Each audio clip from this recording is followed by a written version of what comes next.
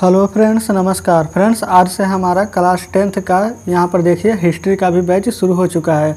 इससे पहले फ्रेंड्स हम हिंदी का यहाँ पर क्लासेस पहले से ही स्टार्ट करा चुके हैं। और फ्रेंड्स देखिएगा, अभी तो सिर्फ हिस्ट्री है और कल से फ्रेंड्स देखिए आपको वहाँ से पॉलिटिकल साइंस भी मिल जाएगा, उसके बाद फ्रेंड्स संस्कृत का मिल जाएगा, उसके बाद में मैथ का, और उसके बाद में फ्रेंड्स जितना भी सब्जेक्ट बच गया है हम सभी सब्जेक्ट को फ्रेंड्स यहाँ पर कवर करने वाले हैं। इसलिए आपको ये नहीं सोचना है कि यहाँ पर आपको फ्रेंड्स किसी और चैनल पर जाने की ज़रूरत ही नहीं है। हम यहाँ पर पाँचों सब्जेक्ट का यहाँ पर ऑब्जेक्टिव फ्रेंड्स आपको यहाँ पर पूरा करा देंगे। तो चलिए फ्रेंड्स, आज हमारा यहाँ पर सामाजिक विज्ञान के अंतर्गत आने वाले सब्जेक्ट जो कि हिस्ट्री है, आज हम हिस्ट्री को पूरा हल करने वाले हैं। तो चलिए, आज का हमारा पहला चैप्टर है यूरोप में राष्ट्रवाद। तो चलिए फ्रेंड्स, इसको देख लेते हैं। सबसे पहले हम ऐसे हल कर रहे हैं, इसके बाद फ्रेंड्स आपको यहाँ पर मिक्स प्रैक्टिस करने के लिए यहाँ पर सभी क्वेश्चन आएंगे। वो फ्रेंड्स कम से कम 100 क्वेश्चन यहाँ पर डेली होगा, वो जब हम मिक्स कराएंगे तब। तो चलिए फिर हम देख लेते हैं पहले नंबर प्रश्न को। यहाँ पर फ्रेंड्स बोला गया पहले नंबर में कि इटली तथा जर्मनी वर्तमान में किस महादेश के अंतर्गत आते हैं। ऑप्शन ए उत्तरी अमेरिका, बी दक्षिणी अमेरिका, सी यूरोप या डी पश्चिमी एशिया।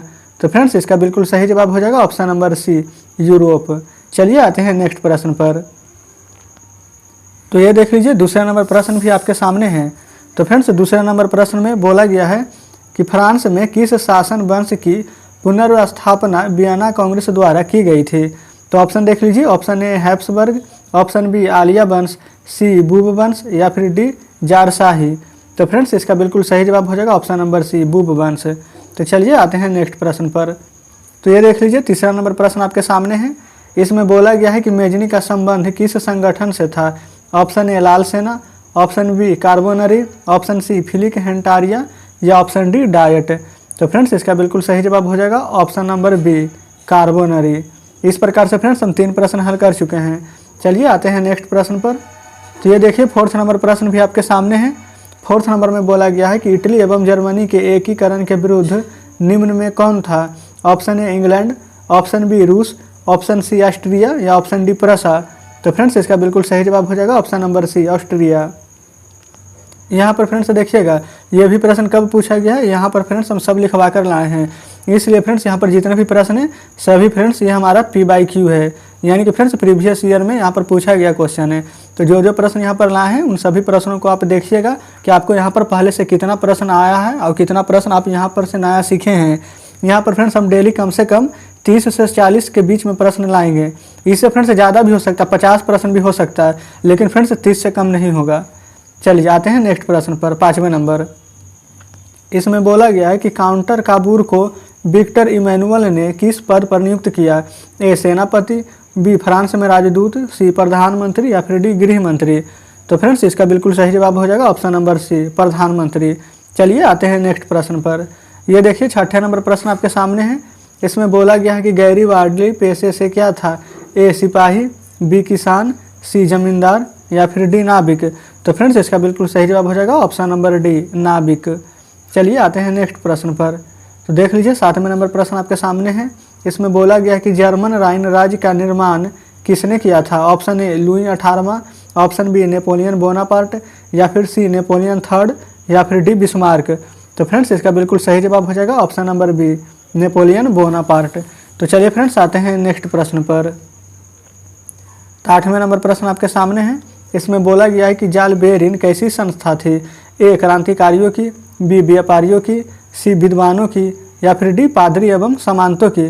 तो फ्रेंड्स 8 नंबर प्रश्न का बिल्कुल सही जवाब हो जाएगा ऑप्शन नंबर बी व्यापारियों की। चलिए आते हैं नेक्स्ट प्रश्न पर। देखिए, 9वें नंबर प्रश्न आपके सामने है। इसमें बोला गया है कि रक्त एवं लौह की नीति का अवलंबन किसने किया था। ए मेजनी ने, बी हिटलर ने, सी बिस्मार्क ने या डी विलियम फर्स्ट ने।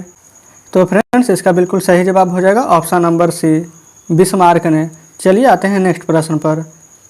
तो ये देख लीजिए, 10 नंबर प्रश्न आपके सामने है। इसमें फ्रेंड्स बोला गया है कि फ्रैंकफर्ट की संधि कब हुई। ए 1864, बी 1866, सी 1870 या फिर डी 1871। तो फ्रेंड्स इसका बिल्कुल सही जवाब हो जाएगा ऑप्शन नंबर डी 1871 ईस्वी। चलिए आते हैं नेक्स्ट प्रश्न पर। तो देख लीजिए, 11 नंबर प्रश्न फ्रेंड्स आपके सामने है। इसमें बोला गया है कि यूरोपवासियों के लिए किस देश का साहित्य एवं ज्ञान विज्ञान प्रेरणा स्रोत रहा। ए जर्मनी, बी यूनान, सी तुर्की या फिर डी इंग्लैंड। तो फ्रेंड्स इसका बिल्कुल सही जवाब हो जाएगा ऑप्शन नंबर बी यूनान। चलिए आते हैं नेक्स्ट प्रश्न पर। तो देख लीजिए 12 नंबर प्रश्न आपके सामने है। इसमें फ्रेंड्स बोला गया है कि नेपल्स की क्रांति कब हुई थी? ए 1820 ईस्वी, बी 1821 ईस्वी, सी 1822 ईस्वी या डी 1823 ईस्वी। तो फ्रेंड्स इसका बिल्कुल सही जवाब हो जाएगा ऑप्शन नंबर बी 1821 ईस्वी। चलिए आते हैं नेक्स्ट प्रश्न पर। तो ये देखिए 13 नंबर प्रश्न आपके सामने है। इसमें बोला गया है कि चारटिस्ट आंदोलन कहाँ हुआ? A France, B Austria, C Hungary या डी इंग्लैंड। तो फ्रेंड्स इसका बिल्कुल सही जवाब हो जाएगा ऑप्शन नंबर डी इंग्लैंड। चलिए फ्रेंड्स आते हैं नेक्स्ट प्रश्न पर। तो ये देखिए 14 नंबर प्रश्न आपके सामने है। इसमें फ्रेंड्स बोला गया है कि यूनान को एक स्वतंत्र राष्ट्र घोषित किया गया। ए 1836 को, बी 1832 को, सी 1842 को या डी 1830 को। तो फ्रेंड्स इसका बिल्कुल सही जवाब हो जाएगा ऑप्शन नंबर बी 1832 को। आते हैं नेक्स्ट प्रश्न पर। तो ये देखिए 15 नंबर प्रश्न आपके सामने है। इसमें फ्रेंड्स बोला गया है कि ऐतिहासिक द्वंद्ववाद की व्याख्या किसने की? ए हिगेल ने, बी अंडर्ट ने या सी हमबोल्ट ने या डी जैकब ग्रिम ने। तो फ्रेंड्स इसका बिल्कुल सही जवाब हो जाएगा ऑप्शन नंबर ए हिगेल ने। आते हैं नेक्स्ट प्रश्न पर। तो ये देखिए फ्रेंड्स 16 नंबर प्रश्न आपके सामने है।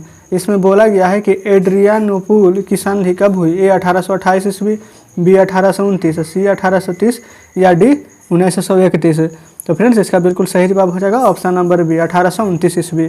चलिए आते हैं नेक्स्ट प्रश्न पर। तो ये देखिए 17 नंबर में बोला गया है कि एड्रियानोपुल की संधि किन दो देशों के बीच हुई? ए तुर्की रूस, बी यूनान पोलैंड या सी तुर्की हंगरी या डी हंगरी पोलैंड। तो इसका बिल्कुल सही जवाब हो जाएगा ऑप्शन नंबर ए तुर्की रूस। आते हैं नेक्स्ट प्रश्न पर। 18 नंबर में देख लीजिए बोला गया है सेडोन का युद्ध किनके बीच हुआ?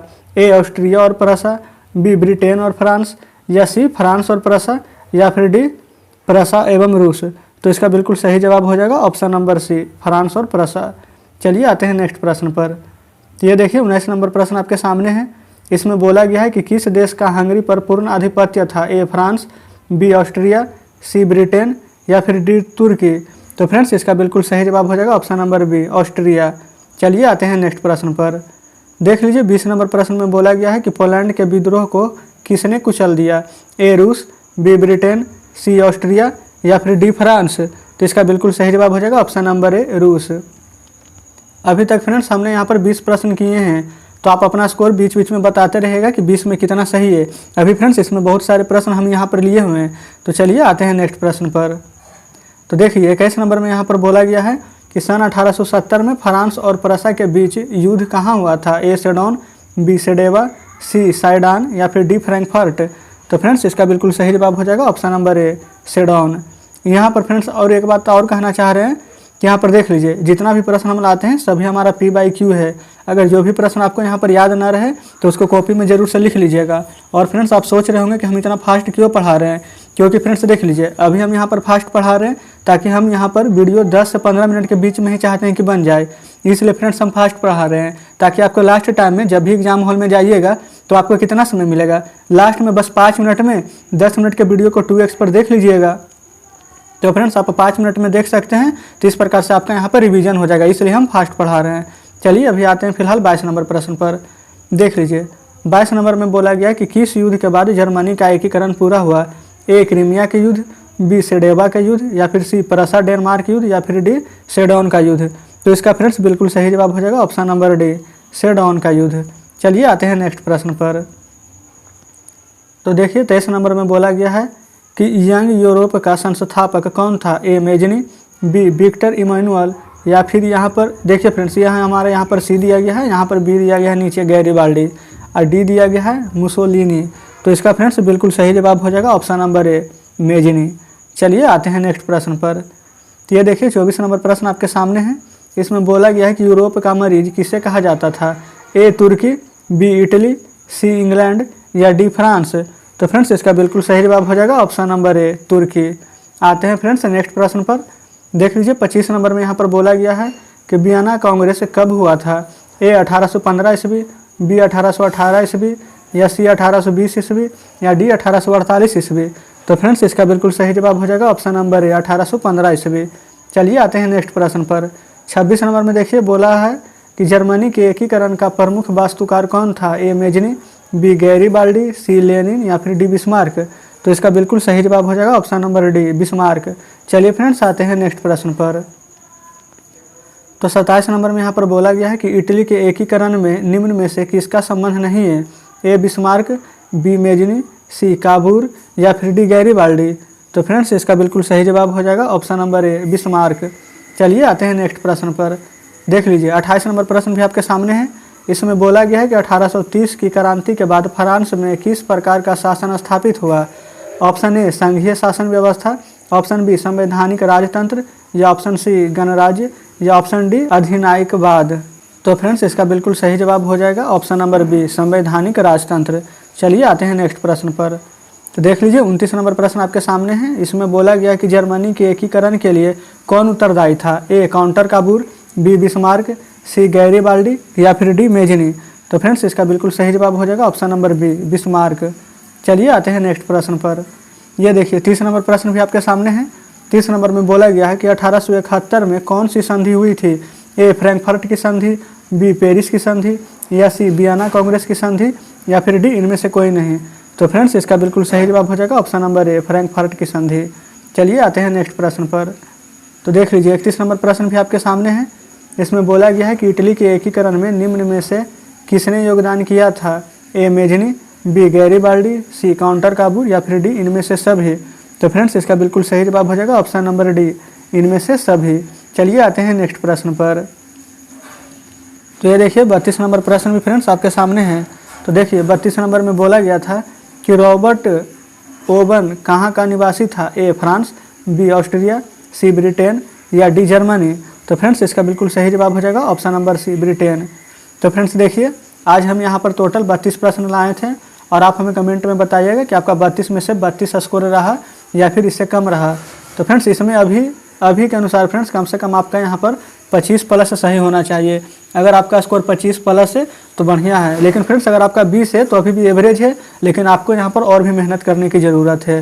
ठीक है, अभी फ्रेंड्स देख लीजिए हिंदी का क्लास तो आपका यहाँ पर स्टार्ट हो चुका है और फ्रेंड्स आज से यहाँ पर हिस्ट्री का क्लास भी स्टार्ट हो चुका है। कल से फ्रेंड्स हम पॉलिटिकल साइंस, उसके बाद में इकोनॉमिक्स का और उसके बाद में संस्कृत का, यानी कि फ्रेंड्स सभी का यहाँ पर पहले हम चैप्टर वाइज यहाँ पर ख़त्म कर देंगे 15 दिन के आसपास में। ठीक है, और उसके बाद में लास्ट के 1 महीना फ्रेंड्स, यानी कि मान लीजिए कि पूरा दिसंबर यहाँ पर हम चैप्टर वाइज पढ़ाएंगे और जो पूरा जनवरी रहेगा उसमें फ्रेंड्स हम मिक्स क्वेश्चन लाएंगे। ठीक है, मिक्स क्वेश्चन कहने का मतलब है कि कम से कम 100 क्वेश्चन लाएंगे जिसमें कि हर चैप्टर से यहाँ से 20-20 प्रश्न होंगे। ठीक है, तो फ्रेंड्स यहाँ पर आप क्या कीजिएगा कि जितना यहाँ पर ऑब्जेक्टिव यहाँ पर पहले चैप्टर वाइज हल कर लीजिए और उसके बाद चैप्टर वाइज खत्म होने के बाद जब हम मिक्स प्रैक्टिस करवाएंगे तो आप वहाँ पर देखिएगा कि आपका यहाँ पर कितना सुधार हुआ है या कितना नहीं हुआ है। अगर फ्रेंड्स आप क्लास से डेली जुड़े रहिएगा तो निश्चित है कि आपको फ़ायदा होगी ही। तो चलिए फ्रेंड्स आप हमें कमेंट करके ज़रूर बताइएगा कि आज का सेशन आपका कैसा लगा। तो ठीक है, अब मिलते हैं आपसे कल नेक्स्ट चैप्टर में।